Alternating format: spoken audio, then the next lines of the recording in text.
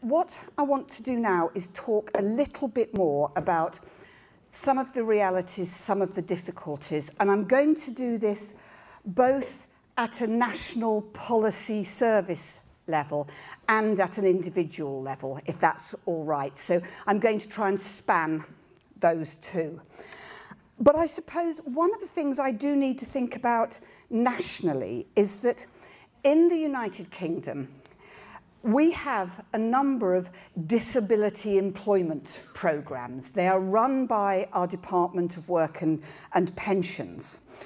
And one of the problems, these are in theory open to people with mental health conditions. In practice, almost nobody with a mental health condition or an addiction problem uses them.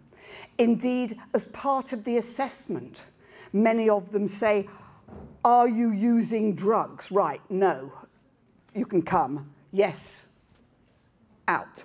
Or have you got a serious mental health problem?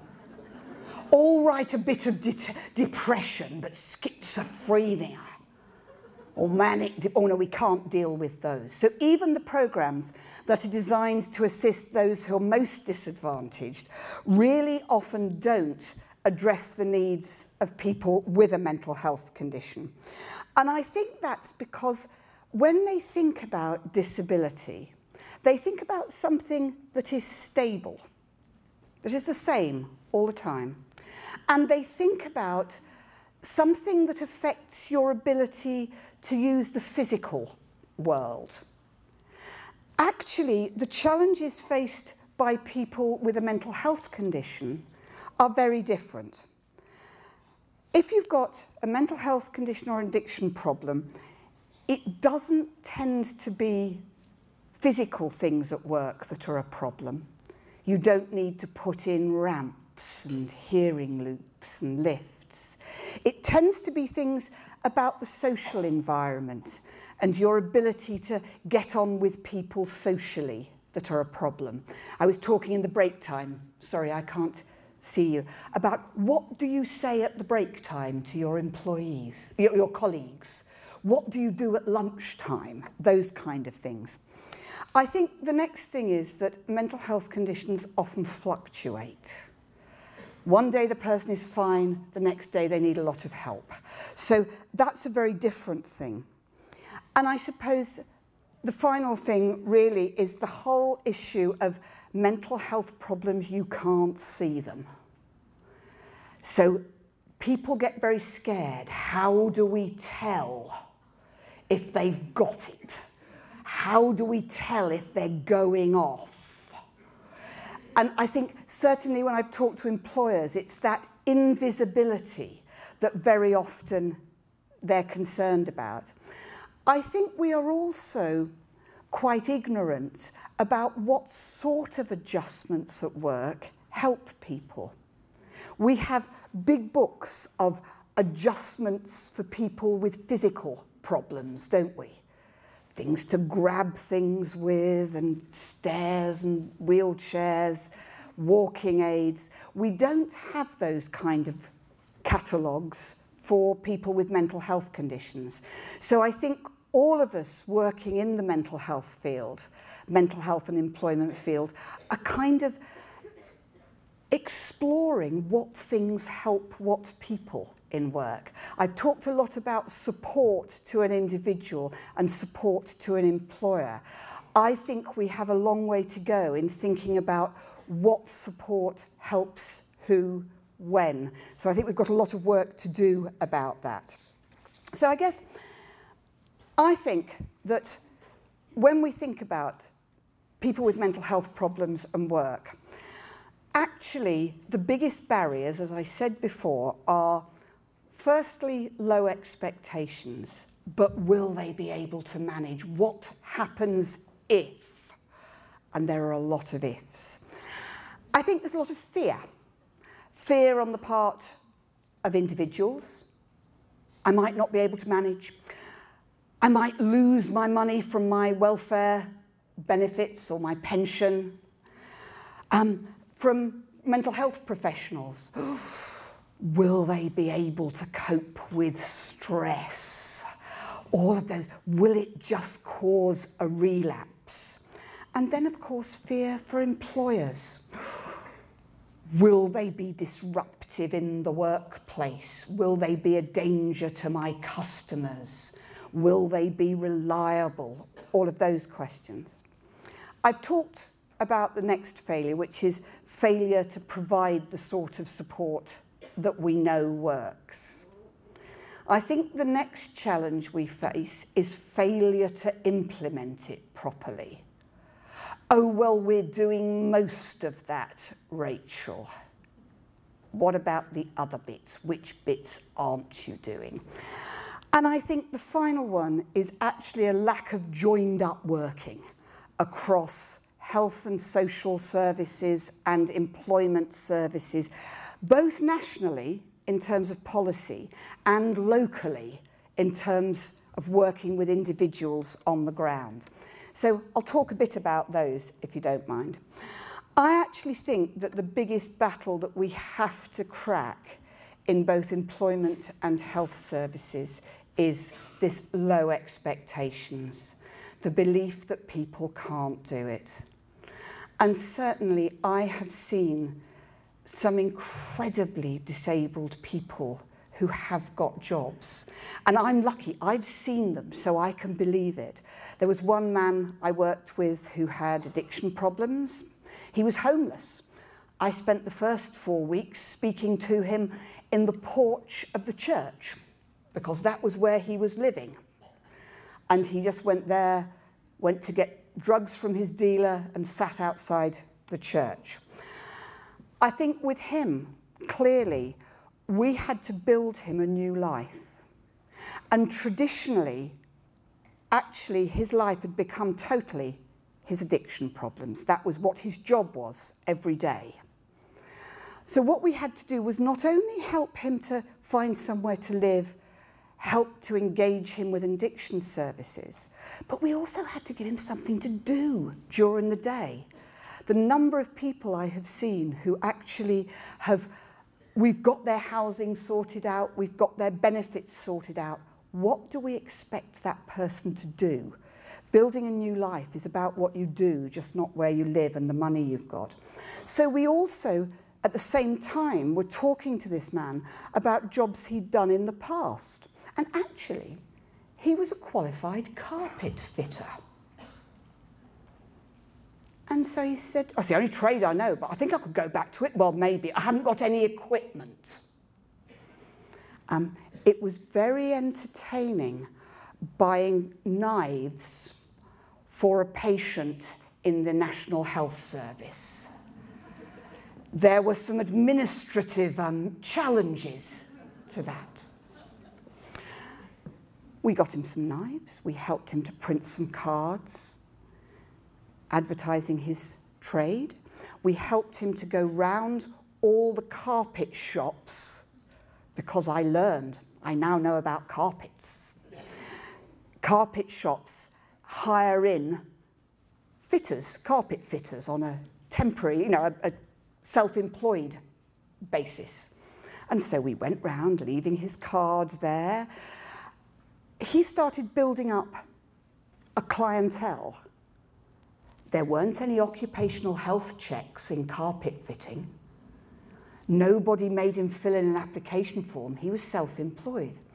And he was actually fitting some of those carpets whilst he was in temporary accommodation. But by doing that, he was actually building that new life that was different and not around his drug problems. So I think there's just something about the expectations we have. If we don't believe, if someone is living on the streets, you don't believe they can work. And I think the biggest thing I have learned is that I have to suspend my disbelief. I have worked in this for a very long time, and the one thing I know is that I cannot predict who can work and who can't. I am very bad at it, and everyone I know is bad at it. So I think we have to say, I haven't got the faintest idea, but let's try.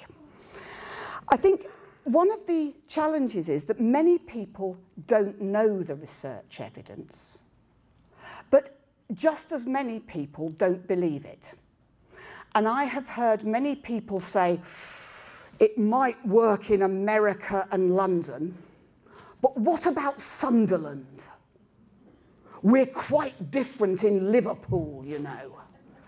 But actually, we're very good at saying, but my bit of the country is different, has different problems. There was also a very interesting piece of research that went and asked clinicians, do you think people with mental health problems, with addiction problems can work? And the clinicians all said, oh yes. They then asked another question. How many of your patients can work? Oh no, well no, they're particularly disabled, they have very complex problems. So again, when it comes to my patients or my part of the country, people's views are often a bit different. The theory and the practice tend to get a little bit disjointed. And I do think that has really negative effects, because if the expert professionals don't really believe that you can do it, then that tells people with mental health problems and addiction problems, well, what's the point? If the experts don't think I can, then obviously they're right. But it also conveys a message to employers. Oh, well, you know, if the experts don't think people can work, what's the point in us taking people on? And so that means that very few people are in employment. And then we can all do evidence-based practice. I told you so. There are very few people working, therefore they can't work. And that, in a sense, becomes a vicious cycle.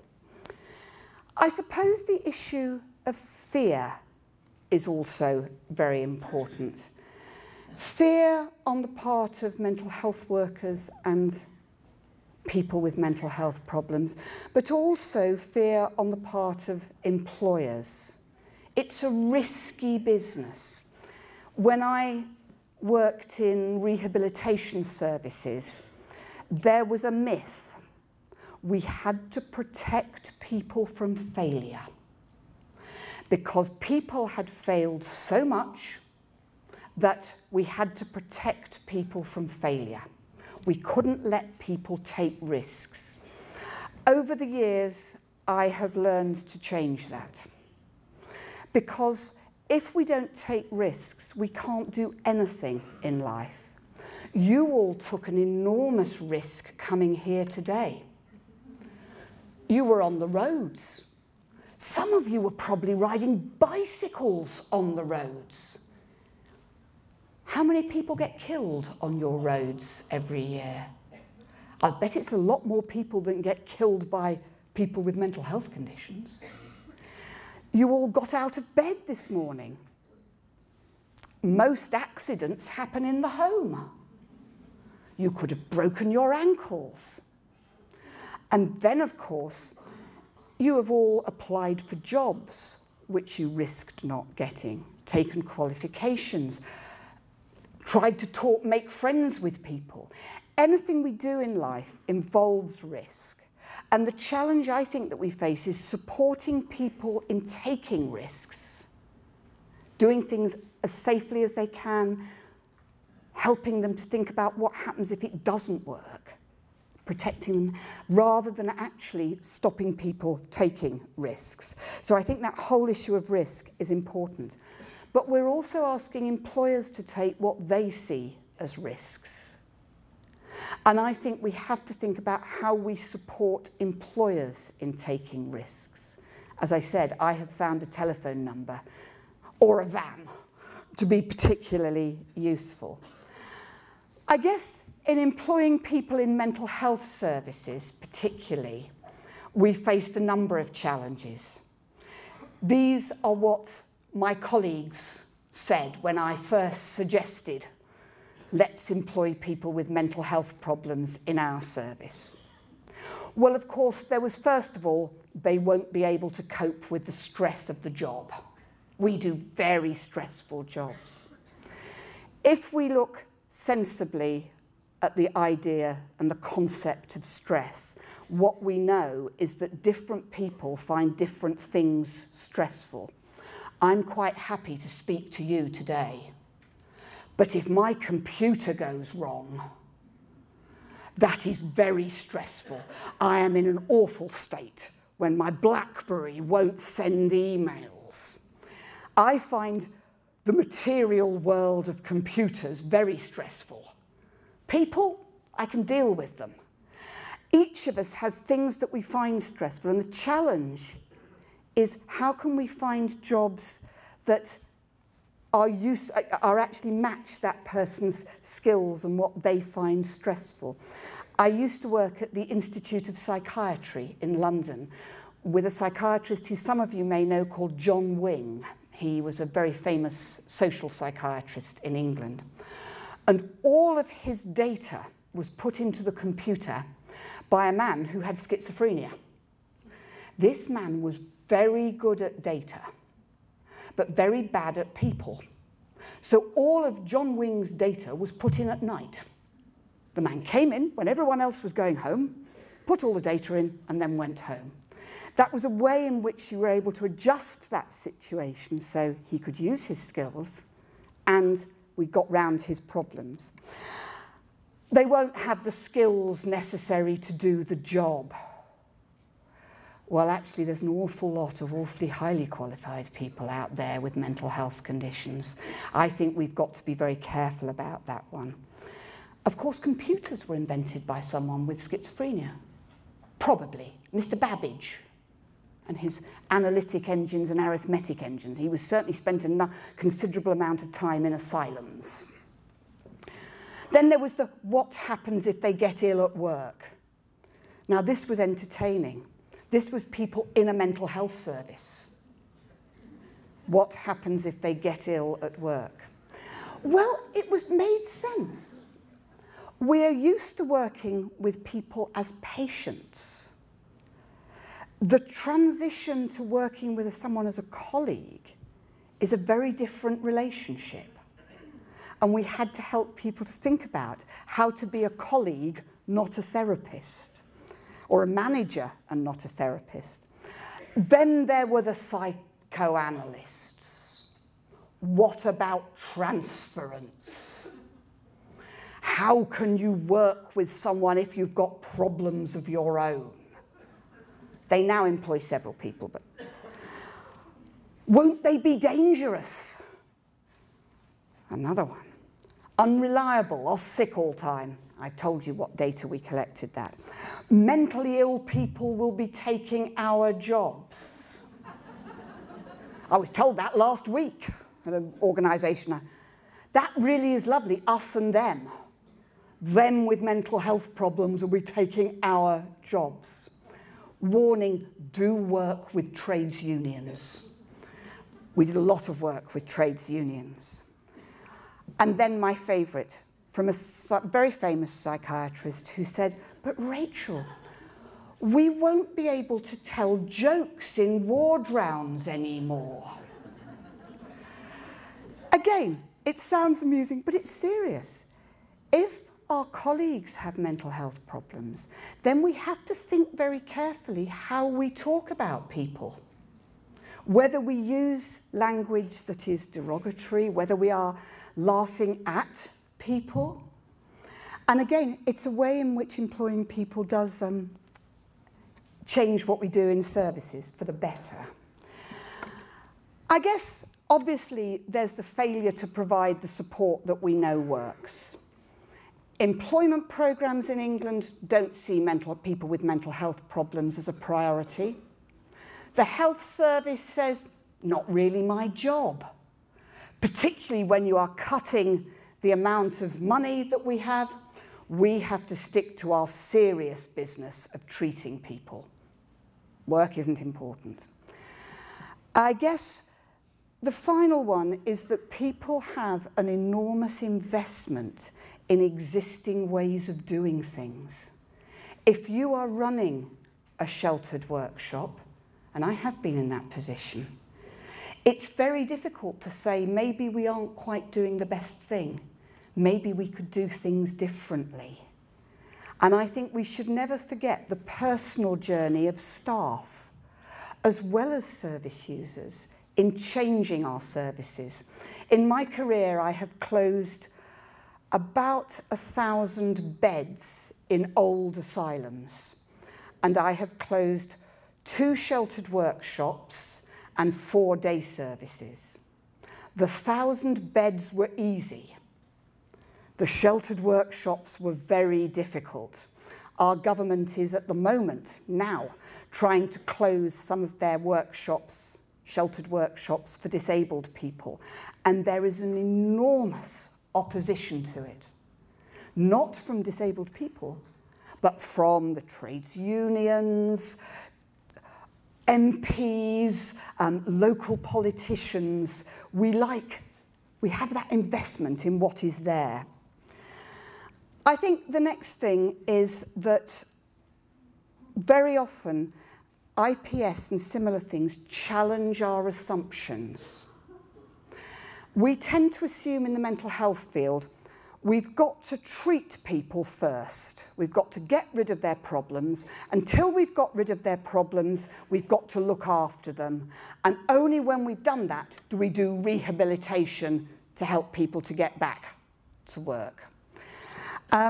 Same with addiction problems. It's a well-known fact that you have to get people off drugs, help them to actually find somewhere stable to live, and then you can start thinking maybe about education. We have this idea of steps. And getting the idea of doing it all at once, like with my man who was a carpet fitter, is very hard, I think, for people. Yet it is what people are asking. If you work in a first episode, if you work with people who've got a first diagnosis, the question they're asking is, what about my job? What about my friends? Actually, that's when we have to be talking with people about those things. I think we've got in England an awful lot of failure to implement it properly. Do we actually think about employment when we first assess someone? For those of you who work in primary care, when you go to your GP, does he ever talk about, or she, sorry, does she ever talk about work? Or does she just talk about your symptoms? Does she think about the implications of your symptoms for your work? I think, are we really looking at that at the time and in parallel? I think we've got to remember with all of this that retention is as important as getting a new job. Most people have a job when they are first diagnosed. The biggest challenge is to keep that job, or to help them to change in an orderly fashion to another job if that didn't suit them. The next thing is, do we really help everybody who thinks they might want to work? Or do we only suggest it to the people who we think are suitable? So we might stop assessing people to see if they're employable, but are we doing it in the back of our minds, just ignoring it for some people? I think that one of the biggest problems I see with mental health professionals, in England it may be different in Norway. There's 650 of you here, so it may well be different in Norway. But in England, people don't really believe it. There's an awful lot of people who say, ah, yes, but. And there are a lot of buts. I think the other thing, if you looked at IPS services in England, you would find the thing they are worst at is going and talking to employers. One of my colleagues in North London insists that every one of her employment specialists spends one day every 2 weeks going and talking to employers, going round and talking to employers about the service that they offer, about employment opportunities. We've not been very good at that. And very many continue to see employers as kind of the enemy. They're all very prejudiced. They treat people badly. again, a them and us, the nice mental health services, the nasty employers. And again, I think the challenge is how we can see ourselves as employers as well, but also how we support employers. I think we're also in England not always very good at giving advice about welfare benefits. With 32 different benefits, it's very difficult to know. And a lot of people are given bad advice, advice that isn't true about what will be the implication for their benefits. I think the other challenge we face is offering long-term support. In America, where most of these things were developed, it was assumed that everybody would stay in the same service. In England, that doesn't happen. People will come into secondary services, maybe for a while, and then be discharged back to primary care when their clinical condition is stable. Many more people are just being treated in primary care, not in secondary services. So we need to think about how we can embed employment specialists in primary care as well, because otherwise people will lose that ongoing support when they move. I think the other thing is that many people actually drop out of services. One of the things that we find with some young people particularly is they don't want anything to do with mental health services. They don't want anything to do with anything that's called mental health. Actually, one of the things we have found is that sometimes people who won't engage with psychologists and therapists and psychiatrists are quite happy to engage with something that's called a work programme, engage with something that's called an employment programme. I live in a very multicultural city, and I was doing some work in the part of our city where we have a lot of Turkish people. And there was a lot of worry about alcohol problems and depression amongst Turkish men. And they couldn't get Turkish men to go to mental health services. So they set up an employment service for Turkish men that could then, on the side, provide people with support. But the primary thing they were engaging with was the employment service. And then, of course, there's lack of joined-up working. We've got, in England, we've got mental health services, both primary care and secondary care. Can they talk to each other? You're probably better at it here than we are. We have social services, providing help with housing and day-to-day living. We have our ordinary welfare to work programs. As a condition of receiving welfare benefits, you have to engage with our welfare to work programs. Very few people are excused that. We have all these specialist disability programs that don't talk to mental health services, that don't talk to addiction services. And then we've got a welfare benefits system that is a mystery. And I think unless we can actually join those up, we give very confusing messages.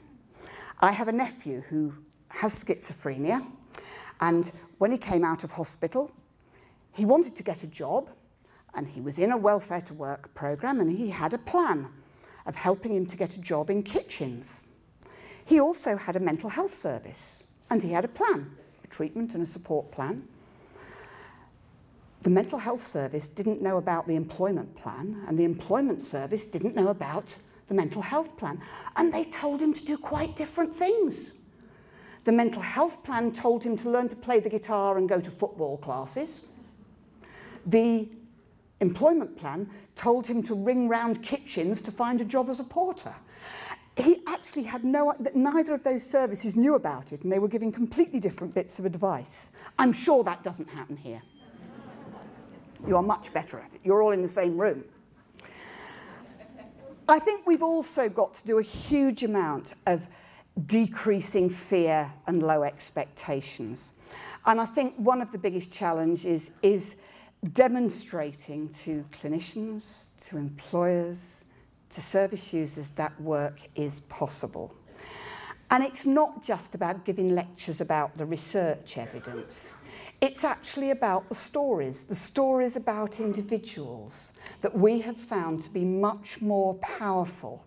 At the moment, those are only collected at an individual service level. I have in my bag some little booklets that are journeys to work in southwest London, because if it was North London, they wouldn't read them. We're different in the southwest. At the moment, there is a big national project that's just getting started to collect some of those stories, accounts, so that people can learn from each other. But there is also an important thing about employers learning from each other, from other employers who have actually been successful. I do a lot of work with the Employers Forum on Disability in England, which is an association of employers thinking about disabled people and employing disabled people, which includes people with mental health conditions. And I've done a lot of work with them. I run master classes. Mistress classes?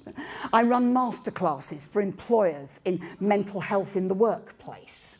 And again, a lot of people have got very good ideas on how to pull those together. I think we've also got to remember it's not just them out there. All of your services employ people. Are there bits of those jobs, whole jobs, that could be done by people using your services? Very many years ago, I worked with a wonderful psychiatrist called Douglas Bennett, and he set up a community service to replace an old asylum. And everybody answering phones and on the reception desk were people using those services. Your phones were automatically answered, the people welcoming you at the door. There were a lot of jobs that were actually done within those services. That's where I learned to think about that. I think there's also how we can show clinicians that they have an important role. It is no good an employment specialist helping someone to get a job if what the psychiatrist writes on the reference is, this chronic schizophrenic will never get anywhere, or if someone's being encouraged to go for a job and the CPN says, oh, no, you're terribly susceptible to stress. Don't you do it unless you feel really ready. And I think we've got to be actually looking at how we can adjust all of our work, how me as a psychologist can adjust the work I do to helping people to manage symptoms, not generally, but in a workplace. And it's different. Hearing voices. What happens if you're hearing voices at work and they're getting too much for you? Well, I didn't know, but my clients have told me. Go to the toilet. You can then have a chat with them. Have a cigarette break, because you're never allowed to smoke indoors now, are you? Go outdoors. How can you actually manage some of those difficulties in a work context? So I think it's actually showing people that they are part of the solution, that everyone has a key role to play in this. Sometimes I have seen employment workers go into teams and think they are saving people from the evils of mental health services. That doesn't work. We're all on the same side and we've all got to actually work together. And then, of course, as what I've called increasing consumer demand. Advertise the services directly amongst your clientele so that they can decide. And actually, there is a little bit of evidence that people who refer themselves do better than people who are referred by their doctors, but we won't go into that one. I think there's also something about knowing and supporting employers and obviously dispelling some of the myths that surround the welfare benefits system, but also the better joined up working at a local level. There are some parts of the country in England where the mental health team talks to the people in the job centre. They know each other. They can phone each other up.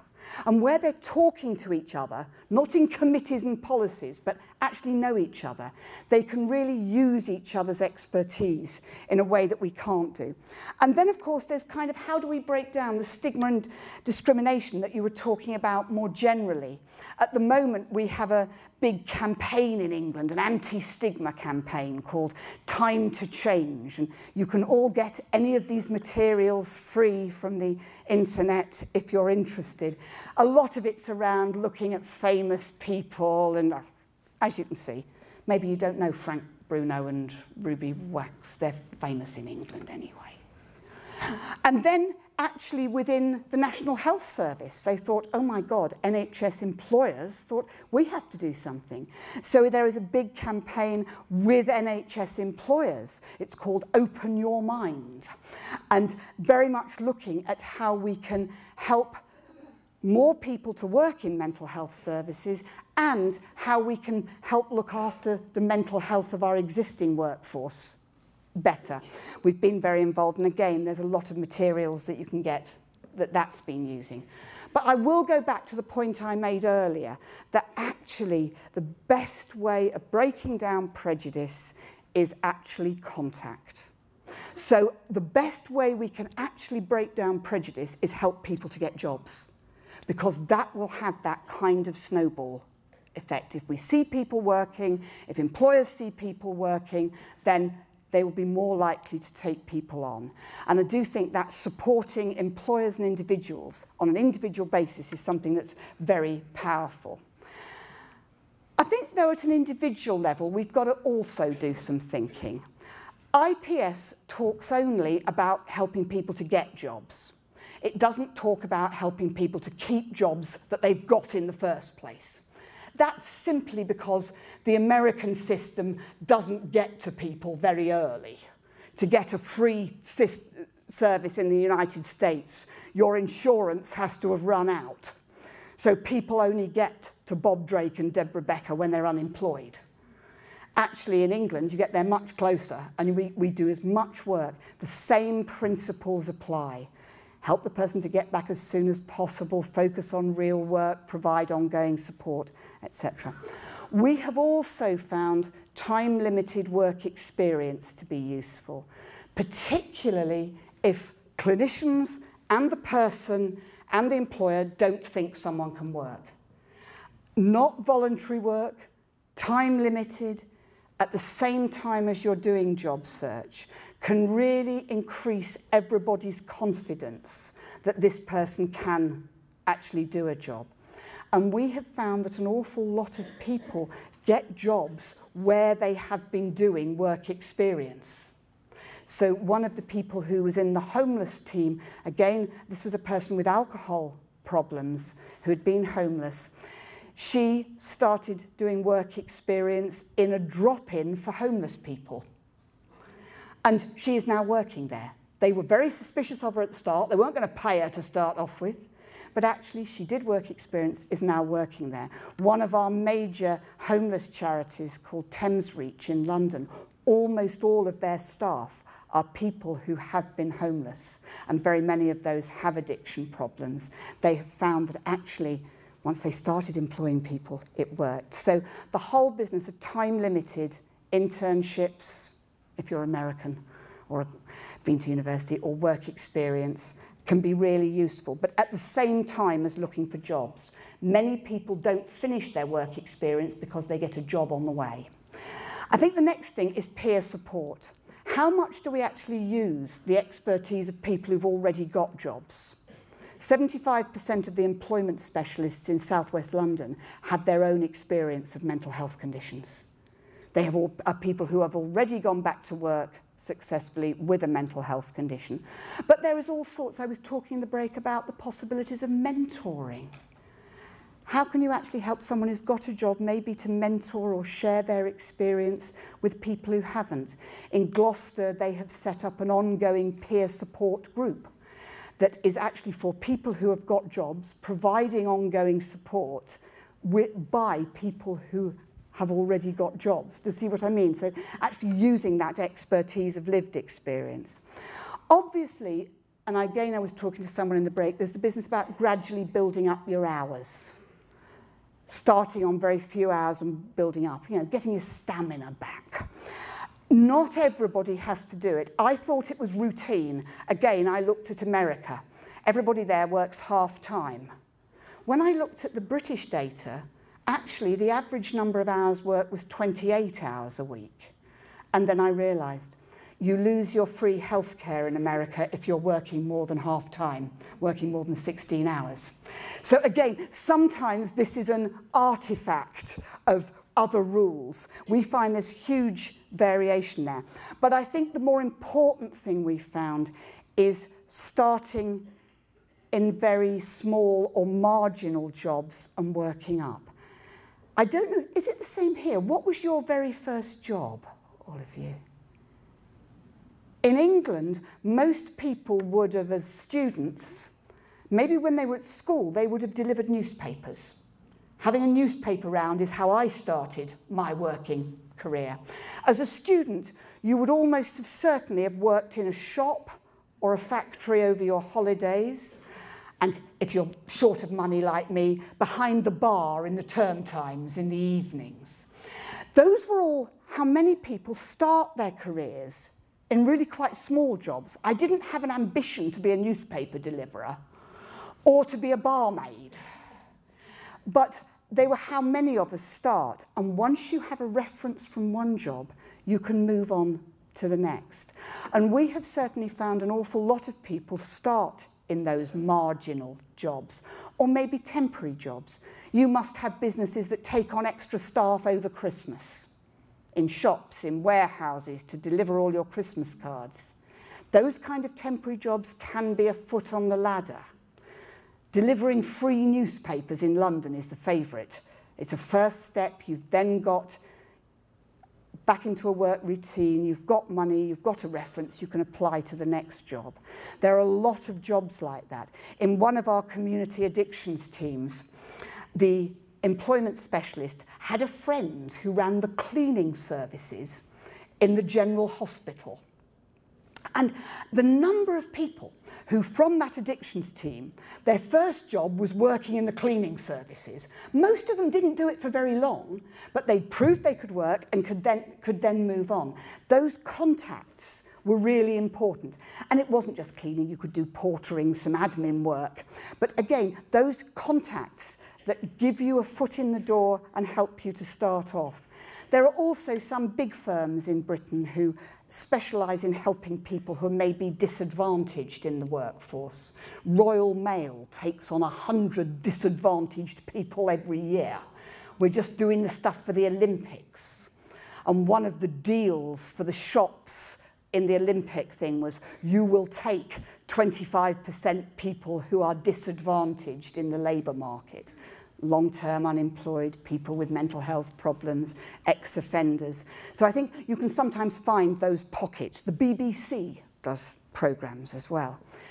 I didn't know about these until my employment specialist started ferreting around and found all manner of things.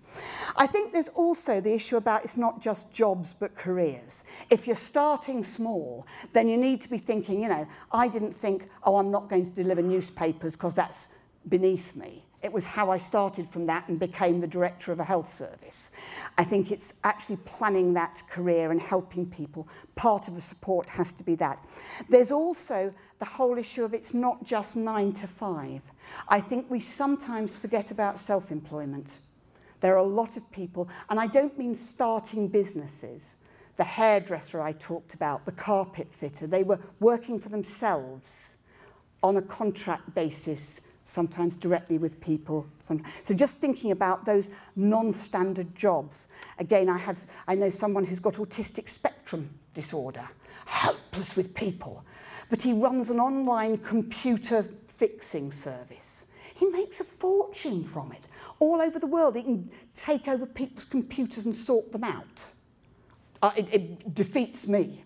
But the idea of him actually working in a workplace with other people around, he absolutely couldn't cope with. But he is self-employed, having set up this business. I had to help him a bit with tax. He didn't quite know about filling in tax forms. So lest he get caught, I thought we'd better tell him about tax returns. So I think there's lots of things, opportunities we can try. A lot of stuff I've done in terms of support is helping people to manage their mental health problems at work. I've been developing systems for doing this. I've got some examples here if people want them. But basically helping people to think about what they need to do to keep on an even keel. What are the things that trigger difficulties, make them feel stressed out, upset? What can they do when those happen? How do they know when they're not feeling 100%? What are they going to do if the wheels are about to fall off? Sorry, if the crisis is looming? Having those plans ahead. If the person has told their employer, then it's often very helpful to draw up those plans together. So what can I do to help myself? What can my employer do to help me? And those kind of joint crisis plans with an employer work extremely well. There are a number of employers who are using those. I think we, though, have got an awful lot of changes. As you might have noticed, we developed a new government. And the new government didn't like what the old one had done. We in England, I've been working in employment services for a long time. Most of the time, nobody wanted to know. But then when the welfare benefits bill kept going up and up and up, all of a sudden the government was very interested in mental health and employment. And almost we've got rather an unholy alliance between radicals like me who want to help people to get jobs for themselves and conservatives who want to save money. And sometimes we need to bring together these different agendas. Saving money is something that our government's very good at. So we've had loads of reviews, one of which was mine, by the government, looking at what we need to be doing. And I think what we seem to have come up with is a number of principles. They were first suggested in my review, but then reiterated in a more recent review of our disability employment services. Because what we found is that these principles apply across different groups, not just mental health.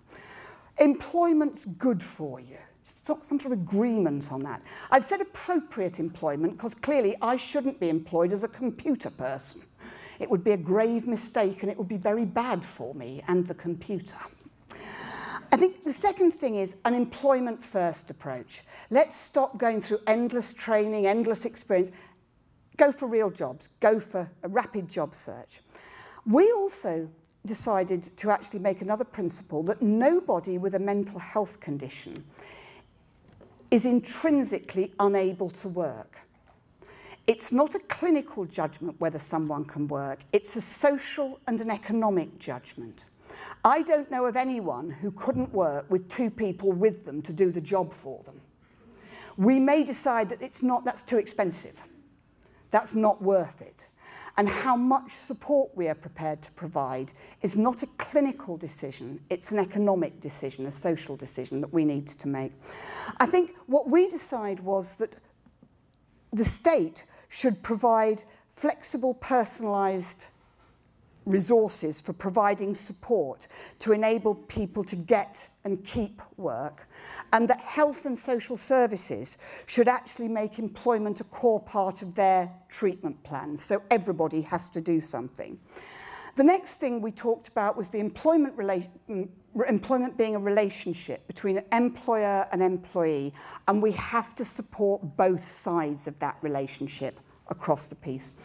The other things that have been extended to add to that are we're looking very much at a welfare system that makes work pay.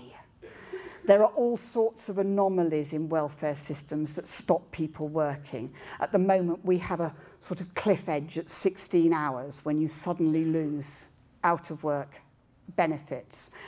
That will not be the case with some of our new ones.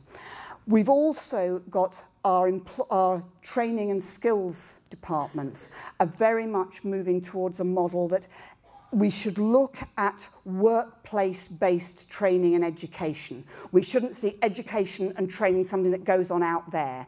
We need to be embedding training, education, development within our workplaces. And as I say, we're reforming now our disability employment programs. We've also got a new mental health strategy.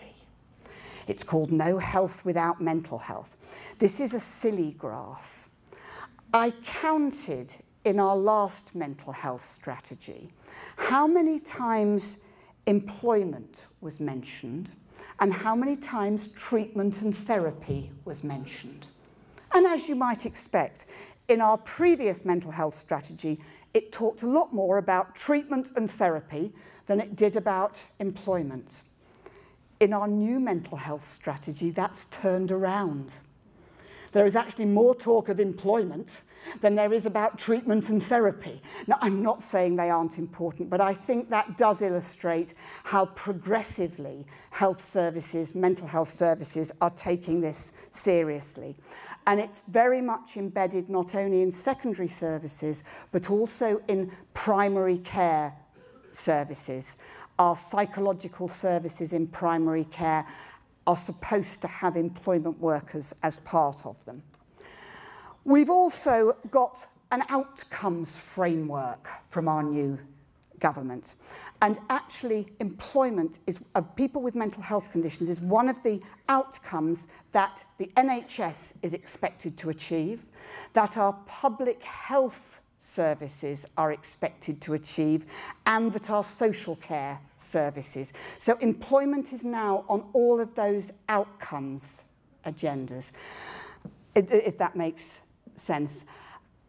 I guess what we've also found is a greater emphasis on employment, on mental health conditions and addiction problems in employment services. So there are now specific programs looking at helping people with addictions problems. There are now mental health coordinators in employment services. The outcomes of our new Welfare to Work programme are going to be looked at in terms of how much they help people with mental health problems in particular.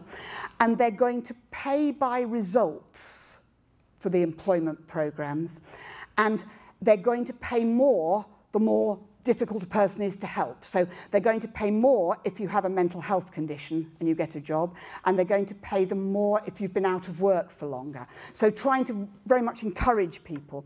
And there have been a lot of attempts at increasing the support we provide to employers. Access to occupational health for small employers. A very big thing called mental health first aid training. I assume that most of your employers do have first aid people in the workplace, yeah? Is that normal here? In most workplaces, you'd have someone who's trained in first aid, you know, sticking plasters on people, and school kids learn to do first aid, resuscitating people. One of the things that's been happening in quite a number of countries is extending that to cover mental health first aid. What do do if someone's sitting there crying or appearing very anxious? And I think at the moment we run those separately. There's mental health first aid training and there's proper first aid training. If I was doing it, I'd put the two together. So we were actually increasing people's competence and skills at dealing with distress. And again, many children do first aid training. If we included that, you've got the picture. I think we're also talking about increasing the extent to which our disability programmes actually serve people with mental health conditions. As you can see, although we've got 43% of people claiming incapacity benefits have a mental health condition, it never gets above 8% using any of our employment programmes. So very recently there was a review which you can get on the internet, which looked at these and very much said that it was going to be critical that these served everyone equally, that we moved away from block contracts to provide particular support to personal budgets to enable people to have support that was tailored to their needs, much greater choice for individuals about the type of support, total focus on employment at all levels, not just entry-level jobs, place train rather than train place. As you can see, these are very similar to the principles of IPS, which actually means it does look as if this is extending much more broadly. We've also got welfare reform. It's a nightmare. People are very worried about it. There are demonstrations, but there is one element of it that will help, and that is moving from 32 benefits to 1, and having it taper so that if you work 1 hour, it's worthwhile, you get money. If you work 2 hours, it's always worth earning the next hour. It's going to be a nightmare to implement, but we will see. all of these things are actually quite new. They're all things that have been introduced over the last 5 years. We really don't know whether they're going to work yet. Just to say that at a national level, there is a huge impetus now to think about mental health and employment. So at least there's the leadership. And that, I'm just going to quickly run through. Gary Bond has done some work looking at how we implement IPS and what are the key things. State authorities provide resources and leadership. So yous at the top have got to lead. And I believe there is some dosh money attached, isn't there, that's going to become. Second thing is technical assistance. You've got to train employment specialists. How are you going to do that? I sent my protege, Miles Rinaldi, who some of you will know, to America to learn. He now runs programs, and I think some of you have attended his course at London Metropolitan University. You've got to train your own so they can actually start training. Stop doing older. You've got to actually replace our old ways of doing things with our new ways of doing things. How are you going to move your sheltered work providers to much more providing support in open employment rather than providing sheltered work? One of the mistakes that some people made in England was to say, yes, but you've got to do sheltered work first and we'll do IPS at the end. It doesn't work. Please, IPS first, and if that's not working out, then think about other options. Conduct fidelity with it. Check you're actually doing it. Leadership isn't just at the centre, it's actually throughout services. How are the frontline managers really going to lead those services? Again, we're obsessed with counting in England and America. Monitor the things you want to change. Start looking at job outcomes. Start looking at contacts with employers. Start looking at number of jobs applied for. Those kinds of things. Hire the right people. I've told you about that before. And for heaven's sake, close integration at every level across your different departments and agencies. I think if I was giving two messages here, the most important things you need to do if you're going to get anywhere are raise not just your expectations, because you're all in the vanguard, you're the leaders.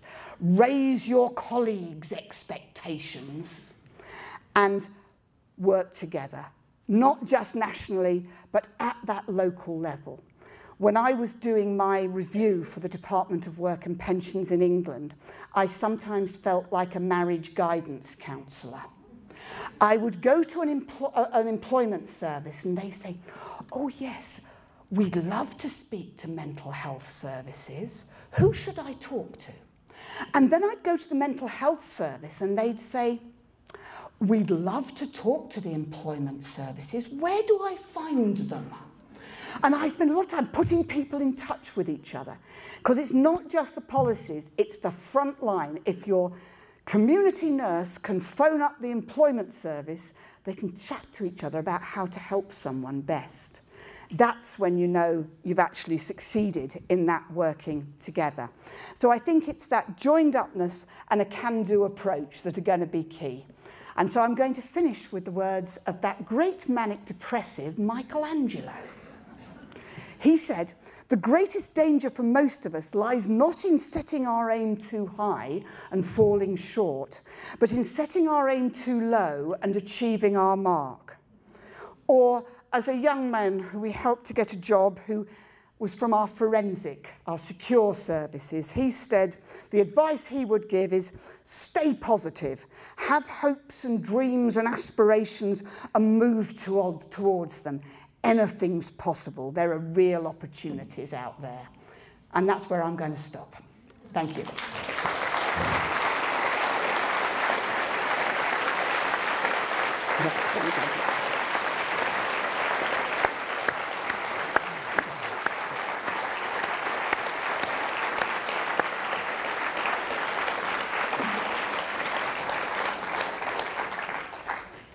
Thank you so much, Rachel. Now, questions, comments? I know a lot of you will be thinking, yes, but. Ask me the buts.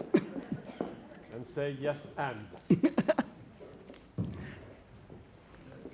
just comment something about addiction and employment? Right. I think there are two problems.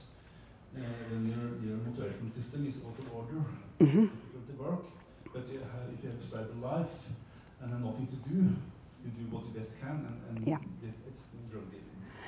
I mean, certainly our National Treatment Agency, which is for addiction problems, have moved a long way. So if you look at our drug treatment services, formerly they were exclusively focused on how to detoxification, rehabilitation, really looking at the addiction problem itself. What became terribly obvious is if someone has an addiction problem, their whole life has become organised around that addiction problem, as has all of their social networks. And what you're actually having to do is not just address the addiction problem, but to address the rebuilding of a whole life. And it always used to be assumed that you had to deal with the addiction and then. Actually, what we found was that even on our detoxification ward, people were asking at that point when it was so difficult, why should I bother? And it was at that point that you needed to start giving people a vision of a future. It actually increased the likelihood that people would stick with the programme. Because when it's very difficult and you think, why bother? I can't handle this, unless you've got something that you believe in. So often at that point, you were talking with people about their aspirations, about what they had done in the past, because many people actually did have a whole set of skills and have lost all of those things, whether there are things they can go back to, but very much they're looking at peer support. So actually seeing people who had been where they are and had moved on into jobs. I think the second thing is our rehab, which is probably about 6 months usually, tended to be in the country. So you'd go from your detox ward to the country to do a rehab. In that context, it was very difficult to help people to start thinking about work as well as the rebuilding of lives, because they weren't at home. So I think there is a much greater emphasis now on rehabilitation where the person is. And that's certainly where looking at having employment specialists in the community drug teams enabled people to start beginning to work. And I mentioned that those employment specialists had a doubly hard job. They had to find people who would take a risk on ex-addicts. And they did find them. They do exist. As I say, the cleaning firm for one of our general hospitals would take people on. They would also sack them if they messed around. But so giving people, there's a candle factory, Price's Candles. They take a lot of people on. Royal Mail will take ex-addicts as part. So looking round at where you can find employers who are prepared to take those initial risks. And that's getting your foot on the ladder. Most people don't stop there, but if you can get your foot on a ladder in a job that will take you, then you can make the next step. But more importantly, you start seeing yourself as another person, as a person who can work. And I think it's those small steps to begin with into jobs that maybe are below the person's abilities. I think there are also things you may be able to do in your own services. There's a man who I've done a lot of work with who now manages a project who was in our addiction service, and he actually was very much involved in going back and running groups on the detox ward about his experience. He did a lot of training with me. I was saying to someone, a lot of people begin their working lives, who I know, doing training with me. I do a lot of freelance training and I pay them to come and do it with me. The trouble is they keep getting jobs, so I lose them. It's very bad. And so he actually started the journey to his current job running groups paid on our detox ward, helping people to get to rehabs. He escorted people to rehabs in the country. He started doing training with me. He was earning casual money that then gave him the references and the confidence to move into another job, a support worker job, and now he manages a mental health project in Wandsworth. So I think it's how we can get those first steps, but start doing them early, because it's part of rebuilding that life without drugs. Does that make some sort of sense? Any other questions? Okay. Thank you so much, Rachel, for very inspiring talks.